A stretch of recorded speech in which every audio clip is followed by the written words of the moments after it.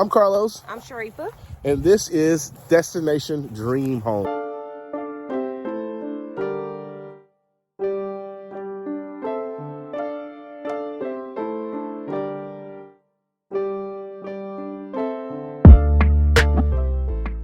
So today is an exciting day today.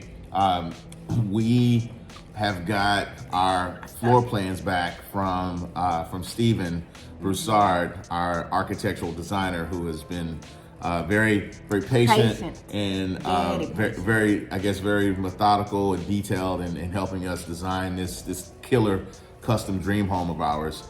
Previous videos, we met with Stephen a couple times to have a couple design sessions where we essentially just share our thoughts, and he puts them on paper in sketch form and comes up with a floor plan that works, in terms of room placements and how the plan flows. It was a very, I think, productive couple meetings we had. We did find out that after the first meeting, there were some things that we wanted to change from that original plan. So we actually had a second meeting with him to go back and sort of revise a few things and essentially kind of redesign a portion of the house. So we were pretty happy with the redesign that he did for us. And so the next phase of the process was for him to take those plans back to his office, put them in the AutoCAD, and of course, generate a set of computer aided plans, right? Draft the plans for us.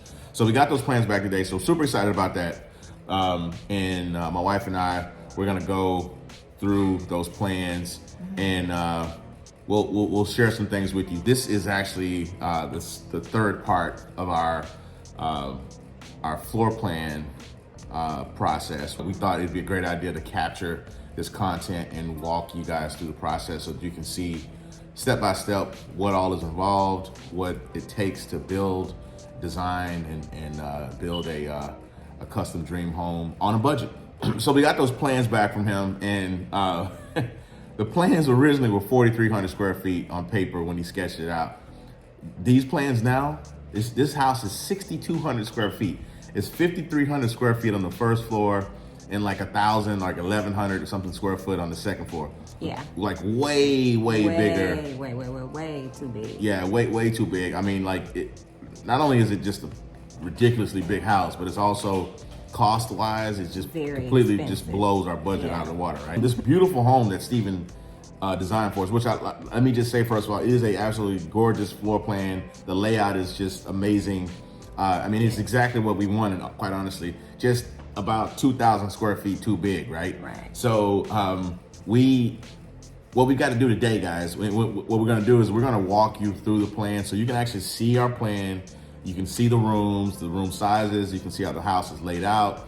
But then what we've got to do also is, Sharifa and I, we've got to make some decisions, because in order to get this plan down to a more reasonable square footage, we're going to have to make some tough decisions on whether or not, there's certain rooms that we might have to delete, certain rooms that we may have to go smaller, shrink down in size, things of that nature, in order to get this square footage down to a much more manageable, much more affordable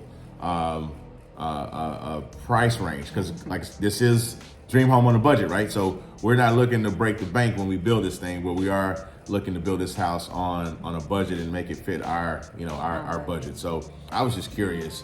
So I flipped it to a couple guys that we know that are builders, guys that we've been talking to, and two of the three, because we didn't hear from one of them, but two of the three we heard from, they both were like, oh yeah, this is a million plus. To build this house, they were like, I don't even have to really pull the numbers. I can look at this house and tell you this is $1 million house, right?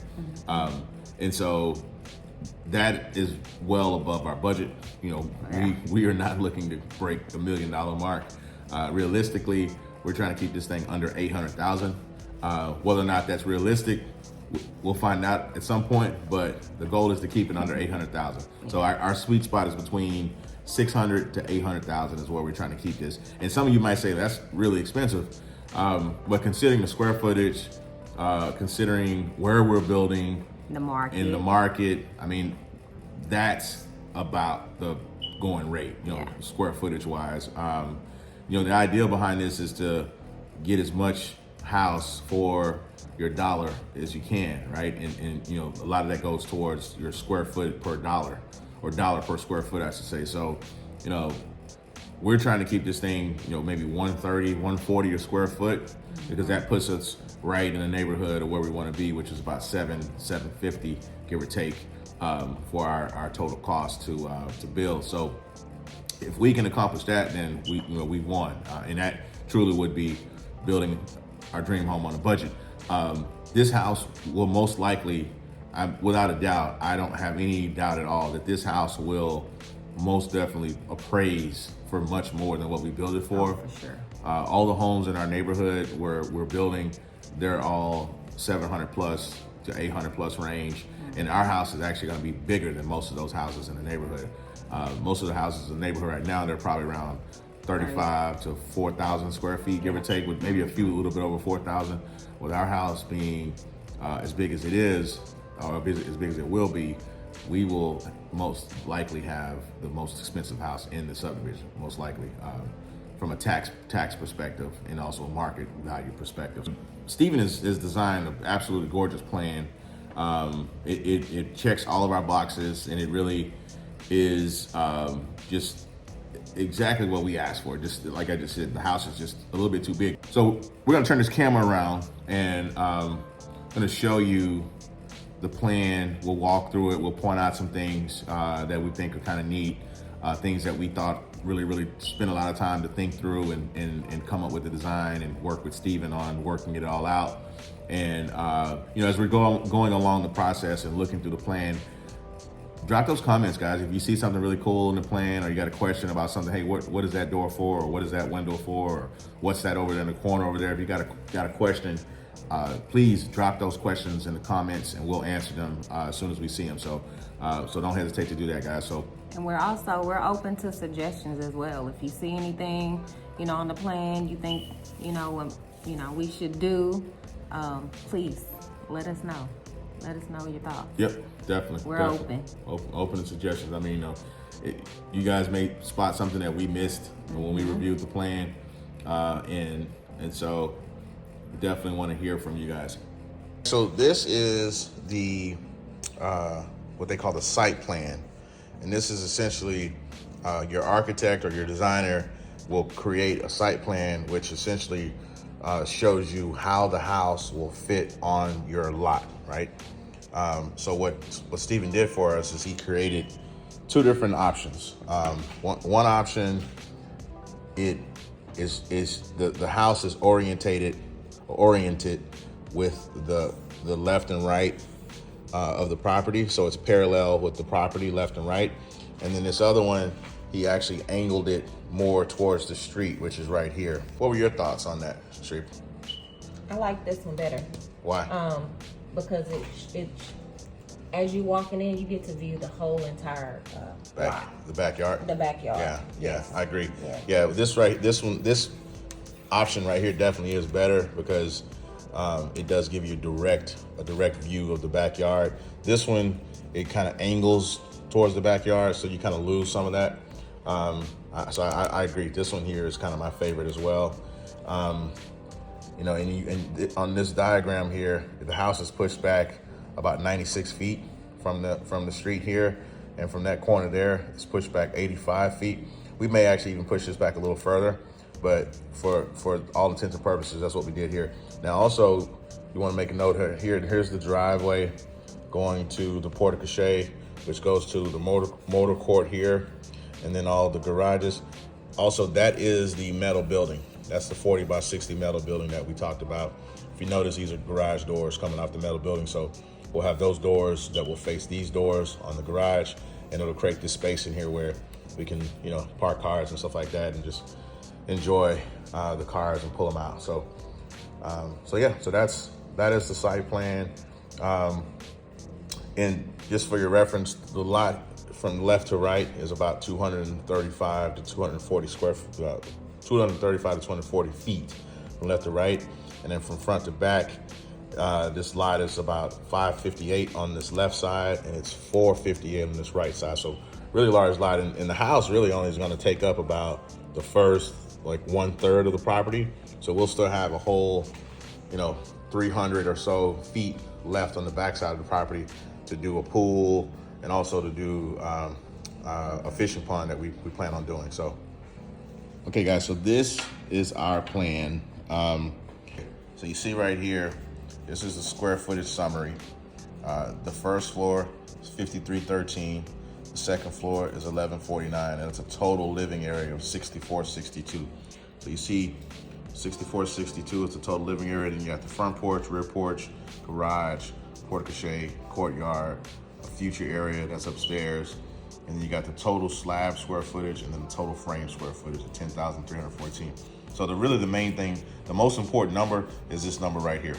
This total living area. This is what you're actually gonna live in. This is the part of the house. Sometimes they refer to it as the air conditioned space. That is, or livable square footage. That's the main thing. So we need to get this number right here down to like 4,500 square feet, give or take. So we got to figure that out. Okay, so let's start with the front porch. Okay, so you see the front porch here, right? And you walk in through the front door. There's a foyer there. Directly ahead is a open air courtyard. Yep. Over here to the right or to the left, if you go down this hallway right here, these are studies. That's a study number 1. Study number 2. Study number 2. Keep on going down the hallway through a door here. What do we have over here? What is that? That's the master. Master what? The master wing. Master bedroom. Okay. So what she was just saying was this whole entire section here is what we're calling the master wing, because it encompasses our bedroom, it's our master bathroom, and also our studies. So this entire section of the house is just for us. No one else in the house will use this space but us. So as we pointed out here, we've got a master bedroom. These hash marks, that indicates a cathedral ceiling. Mm-hmm. It's also a fireplace here. Mm-hmm. And then you'll see here double doors that lead out to a covered patio, right? There's a bed, of course. And then there's this walkway here that goes back across the hallway. So this is an opening. We're still in the master bedroom, but this is an opening, which is a hallway that goes into the master bathroom. Now, one of the things I really like about this plan, is really kind of neat, is this shower. It's gonna be a car wash shower, so it's gonna be 2 entrances, his and her entrance. This shower is 11 feet. So from where it says seat to seat, that's 11 feet. And then the seats themselves add another 14 inches. So it ends up being like a 13-foot shower from end to end when you add all of it together. So it's a huge shower. These master closets were a must for us. We had to have separate closets because, I mean, it just, with the stuff that she has and stuff I have, we're always wrestling for space in the closet we have now. So these separate closets, these are pretty decent sized separate closets. So that's gonna be super, super important for us as well. I love that. This is my closet, this is the her closet, and then this is the his closet. And then we have the tub, the standalone tub. Separate toilets, that was kind of a must-have for us as well for many reasons, but I think I'll let you use your imagination. But I think we may end up moving this around a bit. So rather than having them so close to each other, right next to each other, we'll probably move this around, make some adjustments. And then we have here, this is the his and her sinks. There's gonna be a linen cabinet here. And then there's also like linen cabinet here. So that is the master wing. That is the master wing. Okay, so that's just our little section of the house. And what I said earlier, maybe you didn't catch it, but this right here, this is an open air courtyard. So this will not have a roof over it. This will be open space. It'll be concrete underneath here on the floor. And this is more or less like a patio lounge area that is not covered. So it's really more or less an extension of the covered patio you see here. Is what they're referring to as a rear porch. And like I said, this is the open air courtyard. So when you come in on the front door, as soon as you come through that front door, you're greeted by these large windows that look right out onto the courtyard, which also looks out onto the patio, the rear patio, which looks all the way to the back of the property. Which we are considering doing adding a pergola Yeah, a pergola over it. over the courtyard. Yeah. So moving along to the rest of the house. So we'll walk this just as if you're actually walking the plan. So going back down this hallway here, you're back in the foyer. So if you were coming in off the front entrance, you make a right, and now you're going into the rest of the house, the family room. So here is the family room. There's some couches and stuff, little sofas and whatnot. There's a fireplace. Yep. There is a double door that leads out to the covered patio. And of course, there's a couple windows there. Before I go over to the kitchen, let's talk about this hallway right here. This is a hallway that runs down like the full length of the house, all the way to the garages. But what you have here in the front, you have two guest bedrooms that are connected by a Jack and Jill or Hollywood bath, where they share sinks. They have two separate sinks. They share a shower and a toilet. So kind of like suite mates, kind of like. You come out of there, out of the two bedrooms, then of course you've got the kitchen, which is I think one of our favorite parts of the house. On this iteration of the plan, you have two islands. You got one that's strictly for seating, and you got a first island that's where you're gonna have your sink and your dishwasher and the miscellaneous items. You got a cabinet that lines the walls here, cabinets there, that's refrigerator and freezer. Here's also more cabinets, and then you've got your cooktop here, your range, right? Moving over a little bit closer, you have your walk-in pantry, which is rather large. Very. And then more cabinet shelving space there as well. And I want to talk about this back section of the house as well. So if you come out of the kitchen here, there's a stairwell that goes up to the second floor. But aside from the stairwell, I want to point out that you have a mud area here. You also have a powder bath, and then there's a laundry room as well with a sink and all the necessities for a nice laundry room.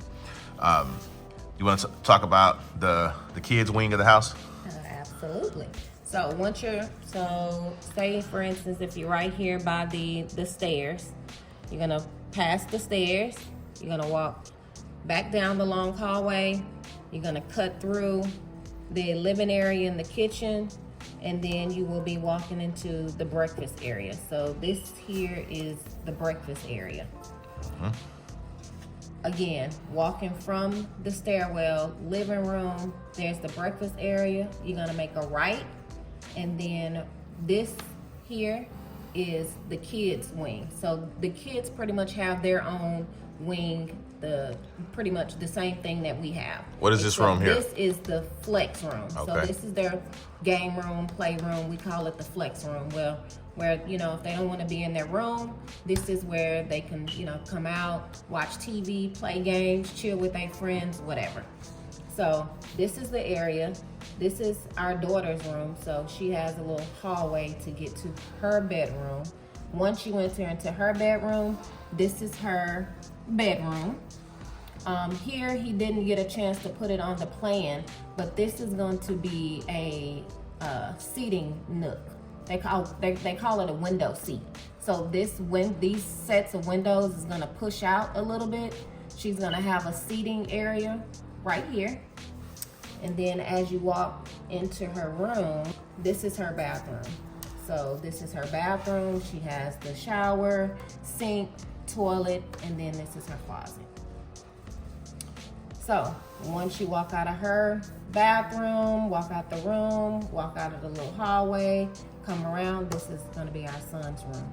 So they both, as again, share the wing. He's on this side of the room. Then he has his room. Then you have his bathroom, sink, tub, toilet, linen, and then this is his closet. Yep. Exactly. So, yeah. Yep. So they have their own wing, we'll have our own wing. Yeah, and we did it that way just to give them sort of Their own privacy. So we have our own privacy, and that way they don't interfere, or disturb our peace. We don't disturb their peace. Right. And everybody gets along, right? So, Right. So that's the main part of the house. As I pointed out earlier, we'll have a covered patio here that connects to the courtyard. Most of these rooms, as you see them now, they will stay where they are, but we will be making some tweaks with some of the sizes of the square footages. Like for instance, on this master bedroom, the square footage or the size of the bedroom is 18 feet by 21 feet. That's a rather large master bedroom. So we'll probably make some adjustments there. These studies may come down a bit. The study now is 13 by 12, and then this is 13.6 by 15. We'll probably trim those back a bit just to kind of pick up some of that extra square footage. And then maybe some of the guest bedrooms may go down a little bit in size, and we may have to trim somewhere in the middle here where this family room and kitchen area is, just to make up some of that ground. So I want to take you over here to the garages. So going back down this long hallway, this hallway connects here to this door, which takes you out to what is now a porte-cochere. And for those of you who don't know what a porte-cochere is, it's basically kind of like a covered breezeway or covered driveway that connects one section of the house to the other section of the house. So if you can imagine a car driving here, it would drive through and then turn around and then park here, right? So that's where the garage is. And our garages are, it's a 4-bay garage, so 1, 2, 3, 4. And this is a rear load garage, so it faces the back of the property, not the front. Some houses, obviously, you've seen where the garages face the street. Our homeowners association has a restriction on being able to see garages from the street, so we have to flip the garages back so they can't be seen from the street. So, and then on the front side, these will just be windows. So it'll look like it's part of the house, but technically it is garages. Yeah. Another thing on the plan that you don't see here is out here, we will be adding a 40 by 60 metal storage building. And that metal storage building is where I will store most of my classic cars, as well as some of the toys and stuff that we have, like 4-wheelers and side-by-sides and stuff like that. So, so anyways, that is the plan at first glance. All right, guys, so we're gonna show you the second floor really quick so you can see that as well. Okay, so this is the second floor. So those stairs that you saw on the first floor, you'd come up the stairs up to this height, then come up this height here, and you land on this second floor right here. Immediately to your right, as you come up the stairs, you are greeted by a powder bath, which then connects to sort of a hallway seating area, which connects to what is or what will be a game room. And then over here, past the game room, there's double doors, which connects you to a media room. Okay, so you have, that's just like the entertainment wing of the house upstairs. And this is actually all above the garages and the porte-cochere. Okay, you want to talk about this over here? Sure. So here, as he stated, this is the game room. You walk up the stairs, you make a quick left, and this is all considered future space. So What does that mean? future space is space that we're gonna have built out, but we're technically not going to finish it. Right. So it will have all the decking, it will have plumbing, it'll have everything that we need. So later on, when we decide that we're ready to complete this part of the home, it's ready. It's ready for contractors. All they have to do is just come in and finish So it out. what are the advantages, or what is the benefit of doing future spaces?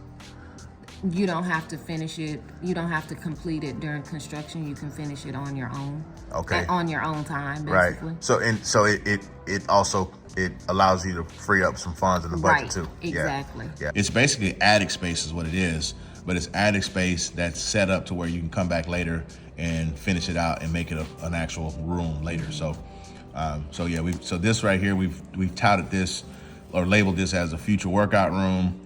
And then over here, this is actually a future bedroom, which would be bedroom number 6. And it's got a bathroom as well. So when this is done, when the contractors finish the house, this will be attic space, but it'll have plumbing for the bathroom. It'll have electrical for any plugs. It'll also have electrical for lighting. And then all we'll have to do is come in with sheetrock, flooring, and trim and the toilet and everything we need to finish it out to make it an actual bedroom, bathroom. So that's the second floor, guys. So after we review today's plan, we've got a follow-up meeting scheduled with Steven to review some of the suggestions that we have as far as scaling back the plan and getting the home to a much more manageable square footage. So we'll sit down with him and go over each of these suggestions. Of course, he'll come to the table with some of his suggestions as well, and then we'll try to kind of meet in the middle and work out what hopefully will be beneficial for everybody and get this plan to where we need it to in square footage.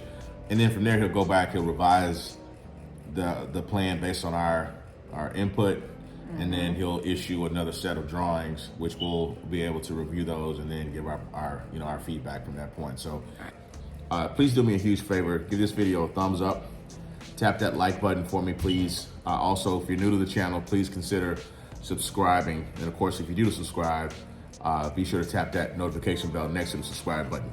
This channel is not just a channel for you guys to just look and watch us go through the process. It's actually a learning channel. We expect for you, every time you walk away from this one of our videos, that you learn something from the process, that it helps you make decisions on your end, helps you kind of position yourself and kind of get your ducks in a row and kind of think about anything that you may need to be thinking about if you do decide to go this route. So definitely, if there's any questions you guys have, any just thoughts or comments, suggestions, anything, drop those comments down in the comment section. We want to hear from you guys. We're here for you guys, but we're a community, right? We work together. It takes a village. So if there's something that we need to know about that we've missed, or something that you want to know more about, or see something in one of our next videos, tap in the comments and let us know what those thoughts are.